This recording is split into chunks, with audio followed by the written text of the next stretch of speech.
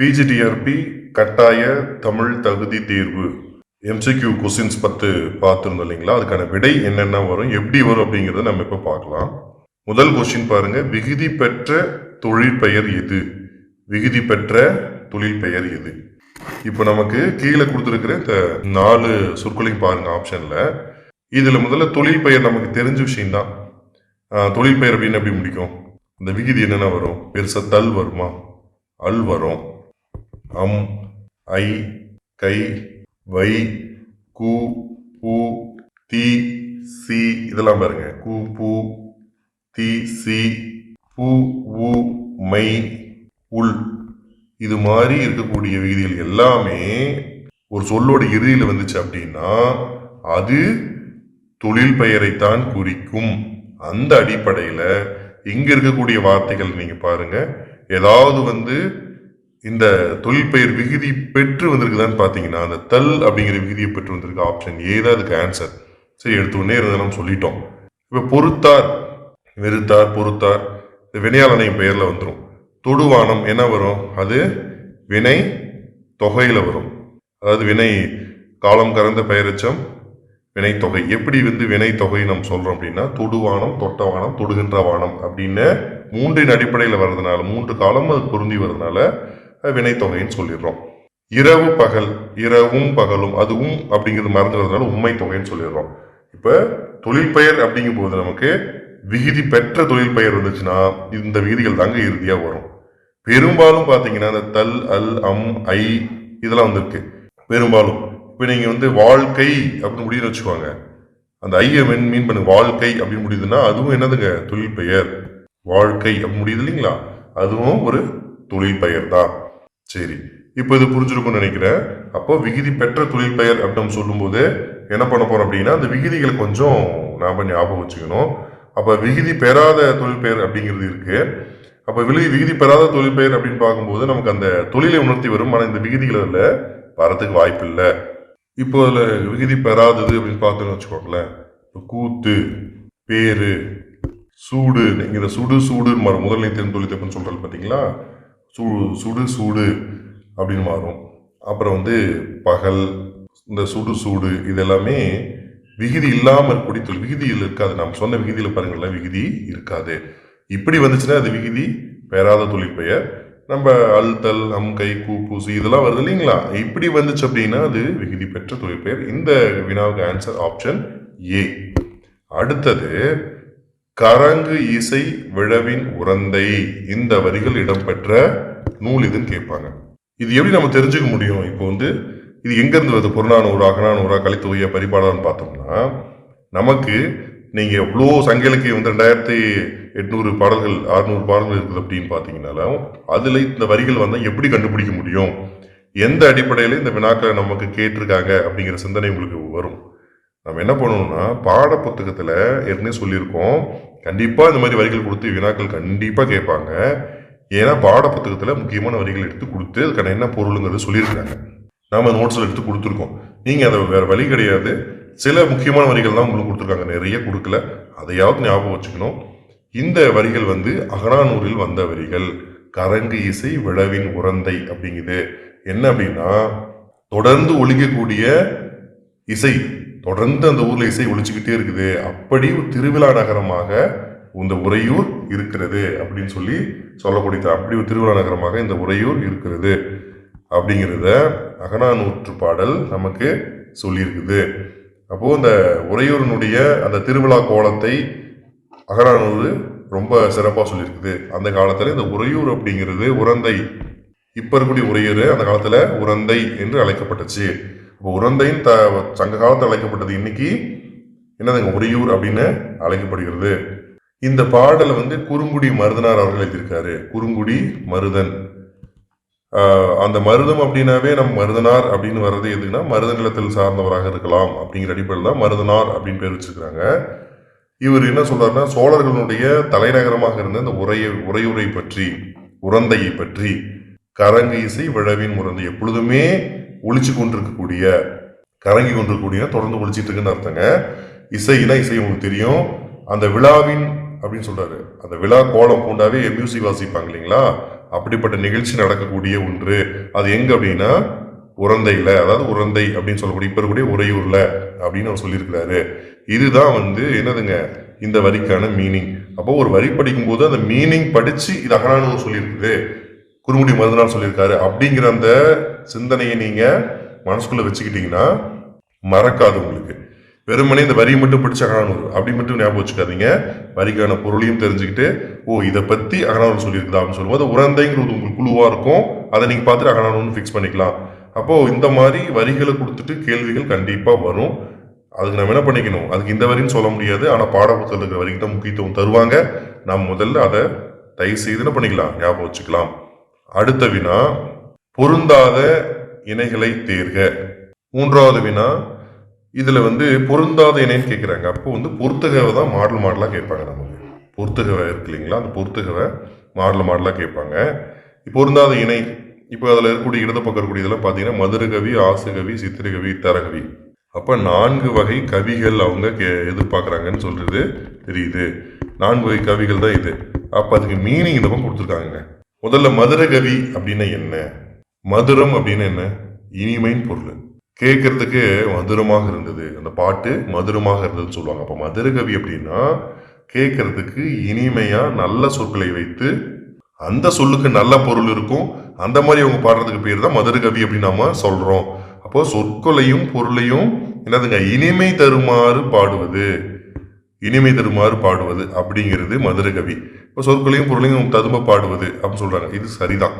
அடுத்தது ஆசுகவி அப்படிங்கிறது, ஆசு அப்படின்னாவே பாடு, இந்த பொருளை பாடுன்னு சொல்றதுதான்.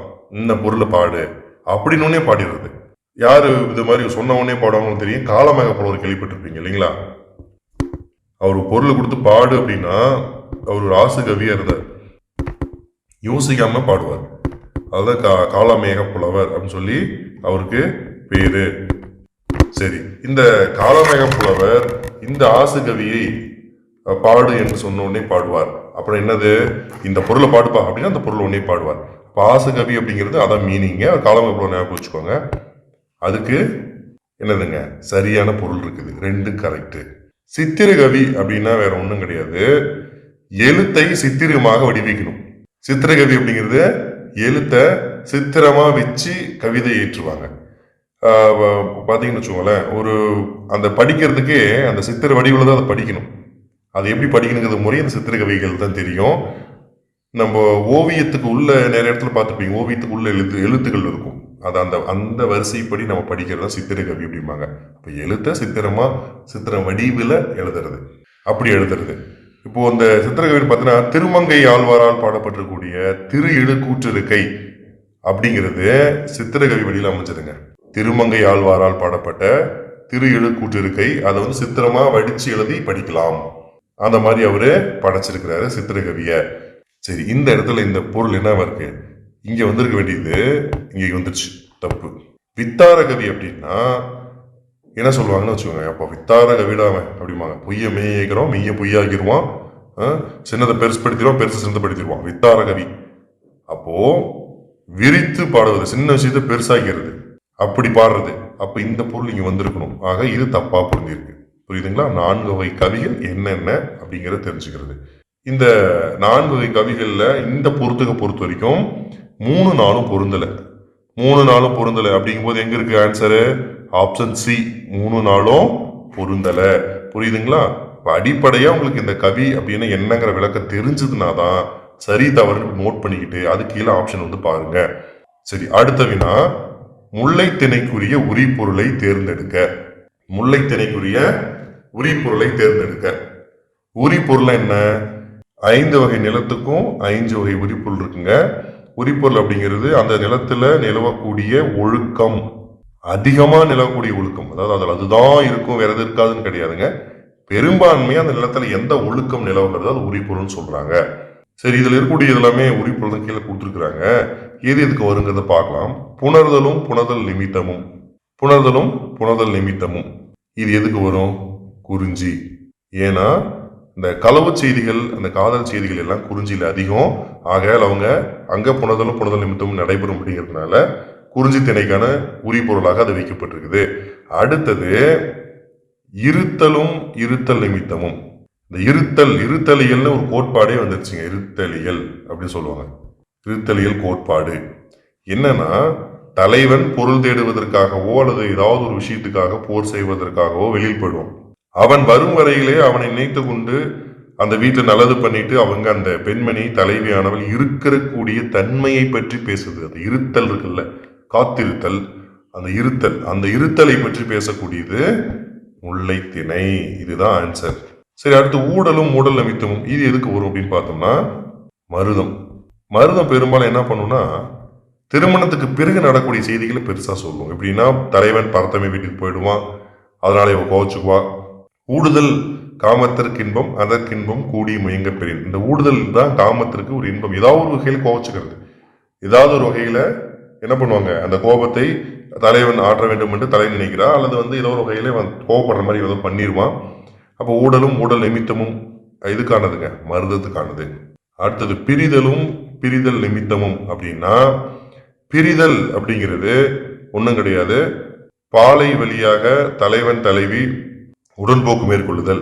பாலை வழியாக பொருளீட்டுறதுக்கு தலைவன் தலைவியை பிரிஞ்சிட்டு போறது, அந்த வழியாக போறது. ஆகையால் பிரிதல் என்பது பாலை திணைக்குரிய ஒரு ஒழுக்கமா வச்சிருக்காங்க.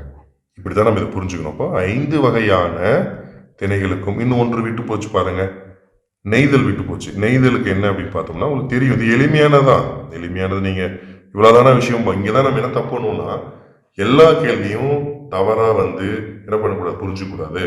எல்லா கேள்வியும் ரொம்ப கஷ்டமாவும் இருக்காது, ரொம்ப ஈஸியாகவும் இருக்காது. நம்ம குடிக்கிற சிந்தனை பாருங்க, ஒரு 20% 30% கொஞ்சம் ஈஸியா இருக்க மாதிரி இருக்குதுன்னு வச்சுக்கோங்க, ரொம்ப மேம்போக்கா இருக்க மாதிரி. உடனே நம்ம ரொம்ப ஈஸியாக ஃபிக்ஸ் பண்ணிருப்போம். அது எல்லாருமே எழுதிருப்பாங்க. அதுதான் அது கொடுத்துருக்காங்க, எல்லாருமே அதை எழுதிருப்போம். கட் ஆஃப் அதிகமாக பார்க்கும். மீதி இருக்கக்கூடிய கஷ்டமானதை தான் படிச்சவங்க எழுத முடியும்.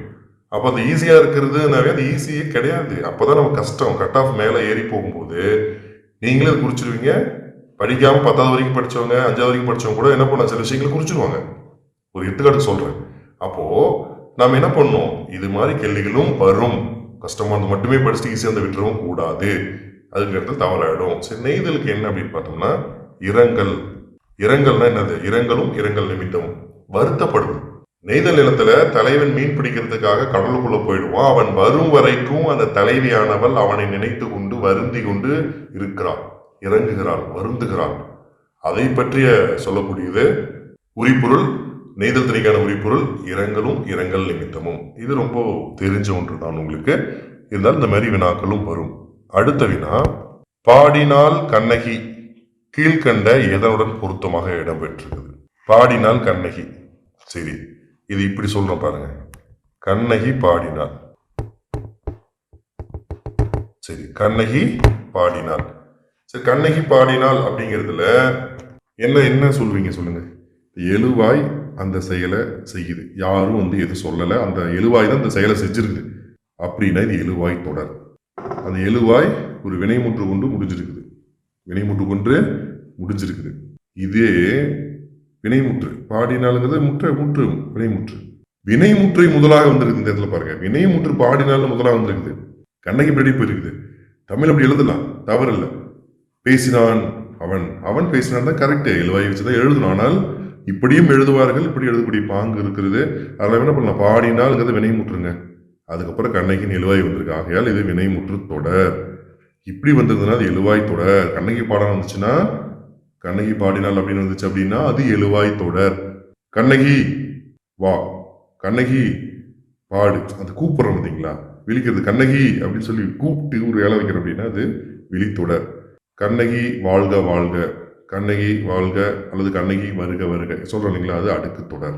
அப்போ பாடினால் கண்ணகி அப்படிங்கிறது வினைமுற்று தொடர். இது விளங்குச்சு இல்லைங்களா. அப்போ இந்த இடத்துல நம்ம என்ன குறிப்போம் அப்படின்னா, நம்ம எழுவாய் தொடர் குறிப்போம். கண்ணகின் பேர் வந்துருக்குது அப்படின்னு குறிப்போம் தான் எழுவாய் தொடர் கொடுத்துருக்குறாங்க. ஆகையால் நாம எது வினைமுற்று, எதை கொண்டு முடிஞ்சா அது பெயரச்சு தொடர், எதை கொண்டு முடிஞ்சால் வினை தொடர் அப்படிங்கிறது நம்ம என்ன சொல்லியிருக்கிறோம். இது கொஞ்சம் ஞாபகம் வச்சுக்கோங்க. கண்டிப்பா இலக்கணத்திலிருந்து வினாக்கள் வரத்துக்கு வாய்ப்புகள் கொஞ்சம் அதிகம். இது மாறாதது, ஞாபகம் வச்சுக்கோங்க. அடுத்தது, நீ விளையாடவில்லையா என்பதற்கு கால் வலிக்கிறதுன்னு சொல்றது. நேற்று சொல்லியிருக்கோம், 8 வகை விடை இருக்கிறது, 6 வகை வினா இருக்கிறது. இதுல இருந்து வினாக்கள் கேட்பாங்க. ஆகு பெயர் 22 வகை சொல்லுவோம். ஆனால் 16 வகை அடிப்படைங்க, அதை ஞாபகம் வச்சுக்கோங்க. 16 வகை ஆகுபெயர் வந்து இருக்கு. இதுல இருந்து வினாக்கள் வரும் பொழுது ரொம்ப எளிமையா இருக்கும். ரொம்ப எளிமையா இருக்கும். இவ்வளவுதானாப்பா, அப்புறம் அங்கே போய் தப்பா குறிச்சு வந்துருக்கும். அதனாலதான் இந்த மாதிரி வினாக்கள் கேட்கும்போது முதல்ல கொஸ்டின் செட் பண்ணணும் அப்படின்னா அதுக்கு ஒரு முறை இருக்கு. ப்ளூம்ஸ் தியரி இருக்கு இல்லைங்களா? ப்ளூம்ஸ் தியரி படி இப்போ எடுக்கிறாங்களா அப்படின்னு இல்லை. நெட் எக்ஸாமில் பார்த்தீங்கன்னா உங்களுக்கு தெரியும். ஆப்ஷன் ஏவே வந்து ஒரு 60 வரக்கூடாது, ஆப்ஷன் பிஏ அது 60 வரக்கூடாது. இருக்கிறது அப்படியே கரெக்டாக ஆப்ஷன்ஸ்லேயே வரணும். இப்போ 100 கொஸ்டின் இருக்குன்னா 25 25B இப்படி வரணும், 25C 25D வரணும். அப்படி கொஸ்டின் எடுக்கணும். இந்த கொஸ்டின்ல என்னதுங்க, கஷ்டமானது அல்லது புரிஞ்சுக்கிட்டு பதில் சொல்லக்கூடியது, கொஸ்டினுக்கு நேராக பதில் சொல்லக்கூடியதுன்னு சில நிறைய வேரியேஷன்ஸ் இருக்கு. அப்போ அது என்ன பண்ணுவாங்கன்னா ரொம்ப எளிமையானதும் ஒரு 20% கேட்டு தான் ஆகணும். எளிமை இல்லை, கேள்வி பதில். திருக்குறளை இட்டவர் யார்? திருவள்ளுவர். இப்படி கேட்டால் அது வந்து என்னதுங்க, நேரடியாக பதில் சொல்லக்கூடியது. இந்த மாதிரி தான் கொஸ்டின் செட்டிங்கினுடைய டெக்னிக்ஸ் இருக்கு. ஆனால் சில இடங்களில் சில பேர் இப்படி செய்யறது இல்லைங்க. அந்த தியரி படி நாம சில நெட் எக்ஸாம் கொஸ்டின்ஸ் பார்த்துருக்கோம். அதுதான் அப்படிதான் இருக்கு.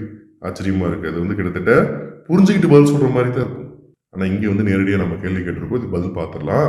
நீ விளையாடவில்லையா என்பதற்கு கால் வலிக்கிறது என்று கூறுவது. நீ விளையாடவில்லையா அப்படிங்கிறதுக்கு கால் வலிக்கிறது அப்படின்னு சொல்றது. நீ விளையாடவில்லையா, கால் வலிக்கும் அப்படின்னாது உருவது கூறல். நீ விளையாடவில்லையா, நீயே போய் விளையாடு, நீ போய் விளையாடு, அது வினா எதிர் விடை.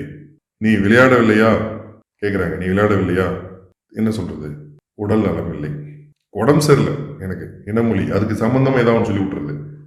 அதுக்கு இனமா விளையாடவில்லையான்னா என்ன பண்றது, இல்லைன்னா வச்சுக்கோங்களேன் நான் பாட்டு பாடுறேன், என்ன விளையாடலன்னு கேட்டால நான் பாட்டு பாட போறேன், இல்லை நான் வந்து என்னது வேற ஏதாவது அதுக்கு சம்பந்தமா இருக்கக்கூடிய விடை சொல்றது இனமொழி. அதுக்கு சம்பந்தமா வேற ஒன்று சொல்லி விட்டுறது. அதை செய்யறது இல்லை, அதுக்கு இணையே இன்னொன்று சொல்றது. அப்போ நீ விளையாடலையா அப்படிங்கிறது கால் வலிக்குதுன்னா உற்றது உரைத்தல். என்ன நமக்கு நேர்ந்ததோ அதை சொல்றதுக்கு பேரு உற்றது உரைத்தல். என்ன நமக்கு அதுக்கப்புறம் விளையாண்டா கால் வலிக்கும் அப்படின்னு சொல்றான் பாத்தீங்களா, அது உருவது கூறல். அதுக்கப்புறம் நடக்கக்கூடியதை பத்தி கேட்டு சொல்றது உருவது கூறல் அப்படின்னு சொல்றோம். அப்ப இதுக்கு வந்து உற்றது உரைத்தல் விடை. எதை சொல்றீங்க, 8 வகை விடை இருக்கு, 6 வகை வினா இருக்கு, ஆகுபெயர் இருக்கு இல்லைங்களா. இதை வந்து 16 வகை ஆகுபெயர் இருக்கு. இதுல வினாக்கள் வரதுக்கான வாய்ப்புகள் கொஞ்சம் அதிகம். இது அடிப்படை. இது ஒரு தடவை தெரிஞ்சுச்சுன்னா போதுங்க, வாழ்நாள் நமக்கு ரொம்ப எளிமையா இருக்கும். அடுத்த வினா, நீரின்றி அமையா உலகு அப்படிங்கிற மேற்கோள் எங்க இடம்பெற்றிருக்கிறது. நமக்கு இந்த வரிகள் வந்து நீரின்றி அமையா உலகு, இதை வந்து நம்ம என்ன பண்ணணும்னு வச்சுக்கோங்க, எங்க வந்திருக்குது அப்படின்னு பார்த்தோன்னா இந்த வரிகள் நேரடியாக திருக்குறள்ல வந்திருக்கு. சங்க இலக்கியங்கள் இந்த வரிகள் இருக்கு.